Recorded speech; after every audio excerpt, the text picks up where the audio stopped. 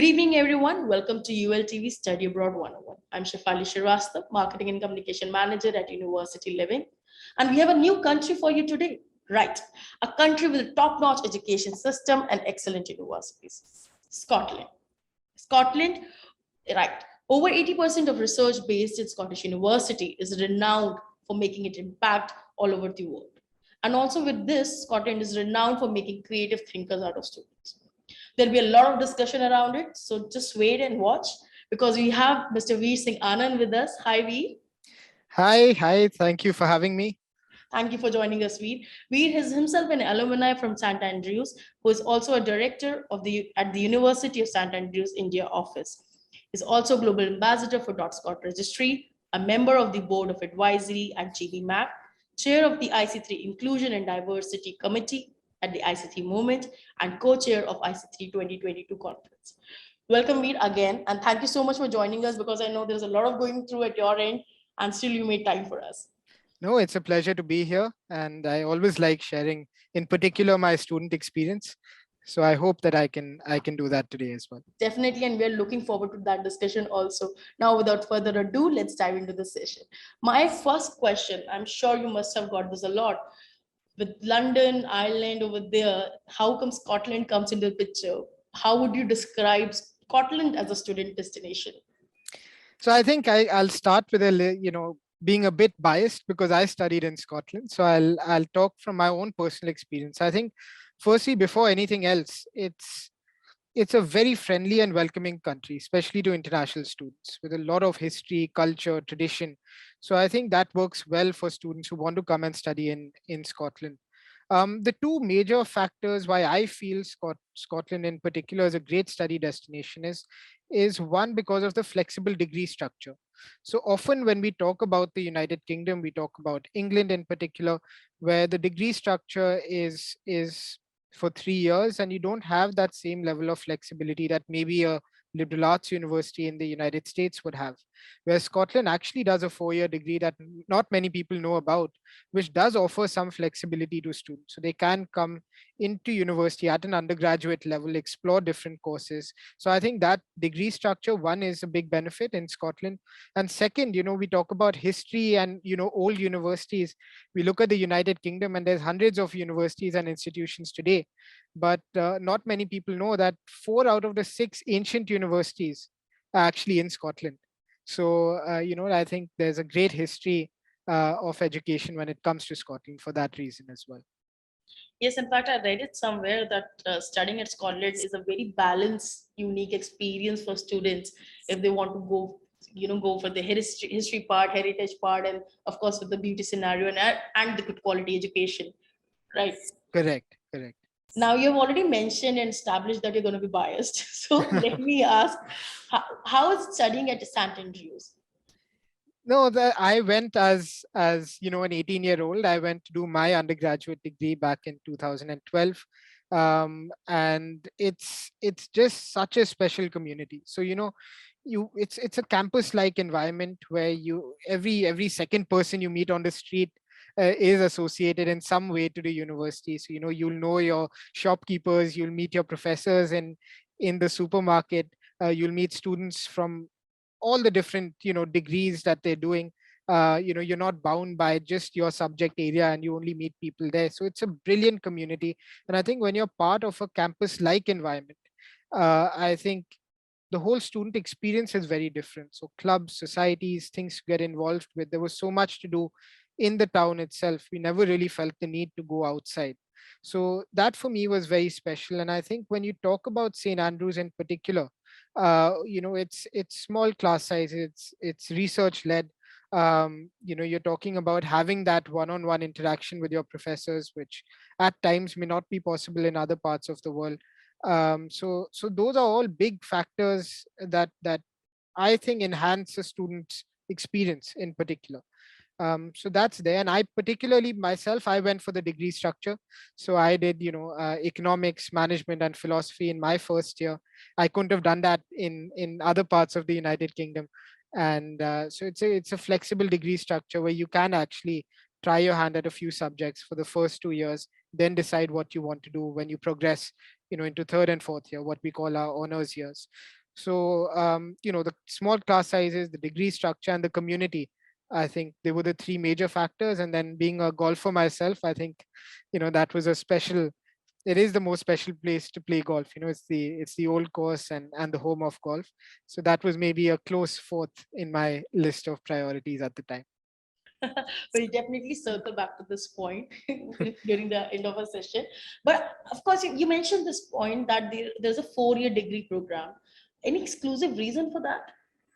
So it actually extends. It's not just with St Andrews. Other Scottish universities follow it as well, and I think the reason for that is purely because of the school degree structure. So Scottish hires are different from the A levels.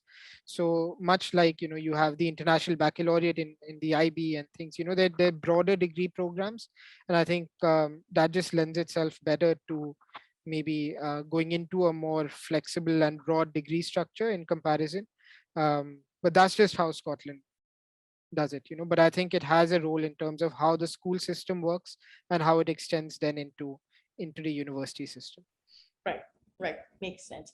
Now, every university have an exclusive set of programs, and some of the programs are really popular over there. So, which are the most enrolled programs at St. Andrews? So great question, and let me start by saying, I'll give you the top five that Yeah. that I see, particularly from India, but also worldwide. But we do a small number of courses. We're not a university that does every single course that's there. So when we have over 250 different combinations, I believe, but it's we're very good in what we do. So all our courses are very highly ranked and reputed, but obviously there's some courses which are more popular than the others. So these tend to be computer science, management, economics, international relations is something that we're probably one of the best, in the country for. And psychology is also very popular. So we're seeing psychology being a very popular program over the last few years, particularly from India. And then we've got some courses where we're really leaders in. So we've got the Scottish Oceans Institute, and for that reason marine biology is a very good program with us, because we have that institute as well. So these are 5-6 courses, of course, that are popular. um, but like I said, we do a certain number of courses, and we tend to be very good in most of them. So Great. Now, there are a couple of entrance exams which are mandatory for other universities worldwide. What are the requirements to get enrolled at any sure. university or at St. Andrews over there at Yeah. Scotland? So entry requirement wise, we're addressing the undergraduate audience. Let's do that first. So across the United Kingdom, the way that you apply is normally going to be through the UCAS portal. And so the UCAS will then give out your applications to all your choices. So without going into too much detail there, what we really require would be, we ask for your 10th grade exams, um, if you're an Indian board student, and then we look at your predicted grades. So predicted grades are the grades that your school gives us on the basis of some internal exams, or essentially what they expect a student to get. So we make a decision based on that, and we make conditional offers.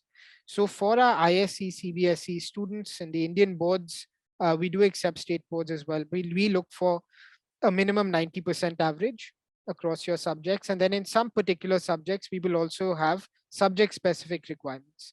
So, for example, for a degree in computer science, we will have a mathematics requirement as well.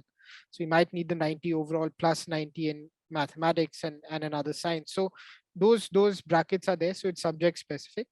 When we look at the IB program, so the International Baccalaureate, we're looking at a range between normally 36 to 38. But again, this is dependent on the subject that you apply for. And there will be HL requirements, SL requirements. So my suggestion to anyone here who's tuning in and watching us today is the United Kingdom in general is very, very transparent in terms of what the requirements are. So if you're A-level student, you're a student maybe in Asia and Hong Kong, you're doing a particular set of examinations there. Across the board, the United Kingdom will be very transparent with what the requirements are. And often you'll have an international page which will list out all the international requirements as well. But IB, CBSE, IC, these are the three popular ones that we see in India. So I thought I'll expand on those. But it's subject specific, and it's specific to the curriculum that you're studying. So I have an add-on question to this. Are there Sure. any country-specific requirements? So no, not for the regular programs. There are some universities that would look at, for example, your SATs, ACTs, but no, not in terms of it's not India specific. We would look at it if students would send us that. The only the only subject that has additional requirements for us is medicine. So if someone's applying for a medical program, then you need to give something called the UK CAT. So that's your UK. In the UK, you have two different sets of aptitude tests for medicine. So we accept the UK CAT or the UCAT. And then you must apply by a certain date, and there'll be interviews and so on and so forth. So medicine is maybe one area where we have that requirement, but apart from that, it's your grades, it's your reference, predicted grades, and then once you meet your condition in your final board exams, then of course that changes to unconditional. Right. Now, with all these things in picture, there are two more things very important for a student when they are looking, for any country or any course abroad. Number one is, are there any kind of scholarships available? And if yes, then what is the criteria to get that scholarship? Correct. And just before I talk about scholarship, sorry, I missed out. When I talk about these grades, it's important to know these are just general requirements. So this is not a cutoff that you meet it, you get your place. We follow a holistic process. So this is one component. We look at other components of the application. So just meeting these requirements is often not enough. It has to be a holistic approach that we take. So just before that, but moving on to scholarships, we have two types of scholarships that we offer. So we offer some which are merit based, so that's based on your academic achievements, and then we've got need based scholarships, which is based on your household income, and when we look at a student's situation in that capacity. And we've got both, and the range is between a few £1,000s going up to something which is almost fully funded, and there's a range in between. So the way that we assess scholarship applications is that you must first put in your application for the program. Once you do that, we send you that we've accepted your application, we've got it, we're assessing it, and then based on that you can start applying for scholarships. So in many cases you might be asked for additional references, you might be asked to submit an extra essay in addition to what you've already given. If it is a situation where we require some financial information from the student, we'll ask for that. So it's a separate process from your application. And the important thing to note for students is you're not disadvantaged at all if you apply for scholarships. So unlike some parts of the world where it may be more competitive, if you're a scholarship student, we don't do that. It's separate to your application, and we've got a big range over there that we can offer students. But in the United Kingdom, again, it's scholarships is generally seen as a help to your education. We don't have the same number of fully funded scholarships that maybe you have in Northern America, but again, if you take costs in perspective, then you'll find that it might actually be more cost effective anyway. But these are smaller amounts, but like I said, we've got a fully funded pool of scholarships as well. Great, great, makes sense. Now the second point, which I think holds like 60% of this whole decision making power, that's the employment opportunities. We all know that employment rate at Scottish University is fantastic. Like 9 out of 10 graduate students get in our job opportunities over there. That's a great number. So what kind of job opportunities are available at Scotland? And add on to that, how St. Andrews help these students and kickstart their career? Sure. So great question. That 9 out of 10 stat, I think, is a great stat. I'm not sure, but I'll believe you when it comes to Yeah, that. I did my research and I was actually shocked because Yeah. it's a great number, to be honest. Yeah. So I think firstly, I think we must recognize when you are applying to Scotland, you're still very much part of the United Kingdom. So your visa actually doesn't limit you to jobs in Scotland. In fact, I would say a lot of our students actually end up working in London. they work up working in England. Having said that, if you look at the major cities of the United Kingdom today, you'll find Edinburgh and Glasgow to be great cities to work in. The employment figures are brilliant as well. So within Scotland, we've got two very, very popular cities that employ students. But this doesn't restrict you. When we talk about the new post-study visa, it's called the graduate route. It's not restricted to Scotland. You can work in the United Kingdom as well for 2 years. um, so yes, employment wise, it puts you right up there. When we talk about St. Andrews, and maybe I'm often shy of saying this, but we've just beaten Oxford and Cambridge in one of the domestic tables, one of the first to do it. So we're very proud of that. It's a great achievement for academics and the work that they put in. So reputation obviously plays a role as well, and in employment. But we've got a career office that dedicates its work to helping students.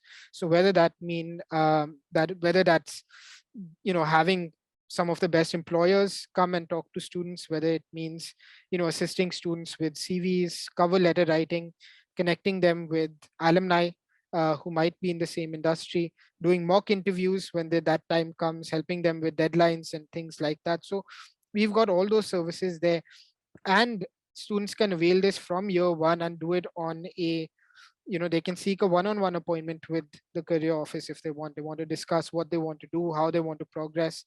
So a lot of these opportunities are there for students. It's a great launch pad that students can make the most of, and it extends for a few years beyond your graduation um, day as well. So it's not just limited to the time that you're at university, but it extends beyond that too.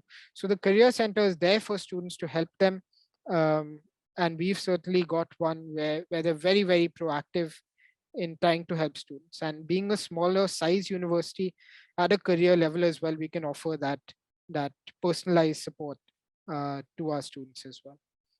Yeah, and I think that's a USP that you guys have, and that might be one of the reasons that you have such high employment rate. And congrats on that Oxford news that you guys beat them up. So that's congratulations. Of course, don't need to be shy away on that. No, it's we consistently maintain great reputation, but it's something that hasn't been done ever in any of the major domestic tables. So I thought I'll mention that for It is uh, definitely a news. Congratulations once again. thank you. Now I will come to your role at IC3. Sure. IC3 is playing a major role in creating very new, demographics, I may say, in the study abroad ecosystem. Now, what is this IC3 movement? How is this impacting the whole system? Sure. So I think the best way to describe the IC3 movement is going back to the basics of what the IC3 movement is trying to do. And what the movement is really trying to do is bring counseling to every school. So that is extremely, extremely important, because when we talk about, and I go back to my school days, and maybe it's the same for you, we didn't really know what we wanted to do. Someone said, okay, investment banking is a great career, you have a great payout and bonuses and so on, but no one ever told us that you won't see sunlight. You'll be in office at 6 in the morning and you'll be working till 2 at night, or become a doctor. And these were the kind of traditional options that people went through, but no one really sort of knew what to guide students about. And the fact is that when you're doing something that you don't like, the chances are that you'll be unhappy, you'll be irritable, you'll get angry. That leads to families not working out, that leads to you shouting at people, not being a good employee, not being a good manager. So it really starts off at that stage. And that's what the IC3 movement really is about empowering counseling and trying to bring counseling into every school. And this isn't a study abroad movement. It's as much about domestic universities in particular countries. It's about school teachers being able to be counselors. You don't have to have a setup. Some schools don't have the infrastructure, but can a school teacher who's teaching mathematics also have that mindset of counseling a student if needed? So the movement is about that. That's the essence of the movement, is counseling and making sure that we're guiding students in the right direction. And it's the same for IB schools, A level schools, CBSE schools. It's not it's not for just the elite or going and studying abroad. It's about being inclusive and helping people make the right choices. So that's what the movement is about. And Mr. Ganesh Kohli started the movement, quite a few years now, but it's really become extremely big and extremely important. We have regional forums happening in Africa and Southern America, and of course we've got the institute now, the festival, the conference where I'm co-chair this year. So it's become a whole ecosystem in promoting this mission. Right. And you said it very well. During our time, there was no one to guide us which way to go. There were only three courses which were popular with all the parents' side also. Civil Correct. engineering, medical, or just go to a government job. In fact, I pursued my graduation in mass communication. I had to pursue my parents a lot so that to make them understand that it's a legit course to go ahead. Correct. And careers are changing now. Yeah, So it's what our parents maybe faced was a very different work environment. Today we're seeing it's not just your degree, but it's your soft skills, it's your communication skills. We're seeing no one stays in the same job, whether it's in the same company, you're moving departments, if it's jumping into different positions. We're seeing that it's not the same trajectory. So we need that updated information. We need that that teacher or that counselor who has some knowledge to talk to the students about all these things. Where does your interest lie? For example, we think sports, the only thing we think about is, we can you play cricket? No, now you've got a marketing sports person, you've got someone. Let's look at the IPL. You've got nutritionists, you've got sports scientists, you've got data analytics, you've right. got managers, but you have to have that sports knowledge. So it just expands your horizons. It expands your options. As a counselor, you can give that information to students, say, these are the options. If you are interested in this field, you're not just restricted to this. And often having that information helps the students make a more informed choice about what they want to do, where they want to study, what the costs are, where the scholarships are. And that can help parents as well in changing their mindset in a lot of ways. Right. And informed decision is very important. That's the whole reason that we are also doing giving Correct. this ULTV Study Abroad 101. Now you mentioned that IC3 Institute, and it's actually a great initiative. How did this whole thing originated? What was the vision behind it? So I think the vision between the institute was that we we realized that we might want counseling at every school, but to have counseling at every school, you actually need counselors, which we didn't have. So the institute, and I'm always learning more and more about the movement. But the institute, in essence, is a 1 year program where we train into counseling. So whether that's school teachers, we've had principals, directors as part of the institute, taking up that training, and they go through a rigorous training program with learning about all the different study destinations, what students look like. And in fact, I think just what's credit to how the institute has progressed is actually we've got the CBSE sending hundreds of teachers from the CBSE to be part of the training program, to make sure. And like I said before, it's not about having a university counselor, it's about teachers having the ability to counsel, as part of that. So we've got the whole cohort there, and they spend time. Last few years have been virtual, unfortunately, but we've got some host schools who would have them there. So it's basically teaching.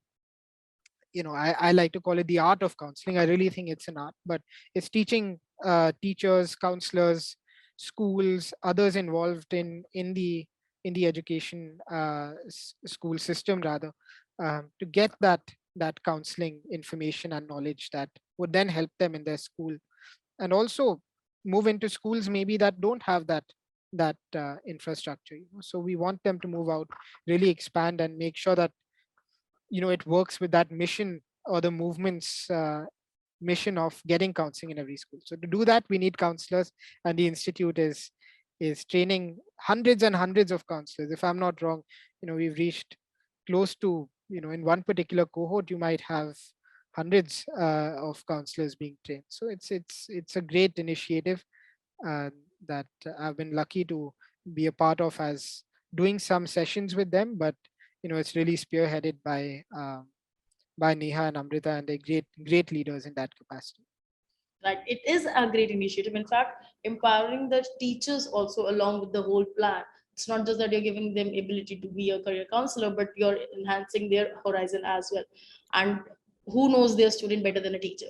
So Correct. definitely this whole thing, fits into the puzzle and creates a whole piece. So kudos to you guys that you're creating such a huge drift into the environment and ecosystem. Now I'm coming to the end of the session, and as I mentioned about that, I'll circle back to your golf interest and your interest in Scotland. How was your experience when you were studying? What made you choose Scotland? What are the factors one should consider when they're studying abroad? Yeah, so I think, see, for me, and again, my work with the IC3 movement is more volunteer based. I am, working with the University of St. Andrews, as that's what I do. When I went as a student, I had the pleasure of visiting St. Andrews before, and I just fell in love with the place. And I think there's a few things that I think students should consider when they look at studying abroad.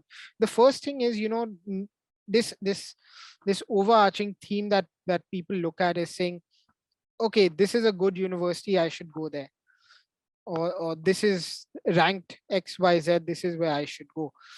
That's not the case. What you'll find is different rankings, different league tables will position universities differently, and if you're not happy in a particular place, you're not going to perform well. So I tell students, look at those. Obviously, it's important to look at those tables and things as well, but ask yourself, for example, do I want to be in a small town, do I want to be in a city? The student experience is completely different.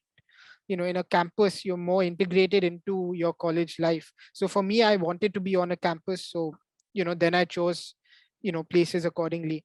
Class sizes were very important to me because I came from a school in Delhi where smaller class sizes were something that we were used to. So I didn't want to go into an environment where I was with 900 students in a lecture. I would have just felt lost. So that was important to me.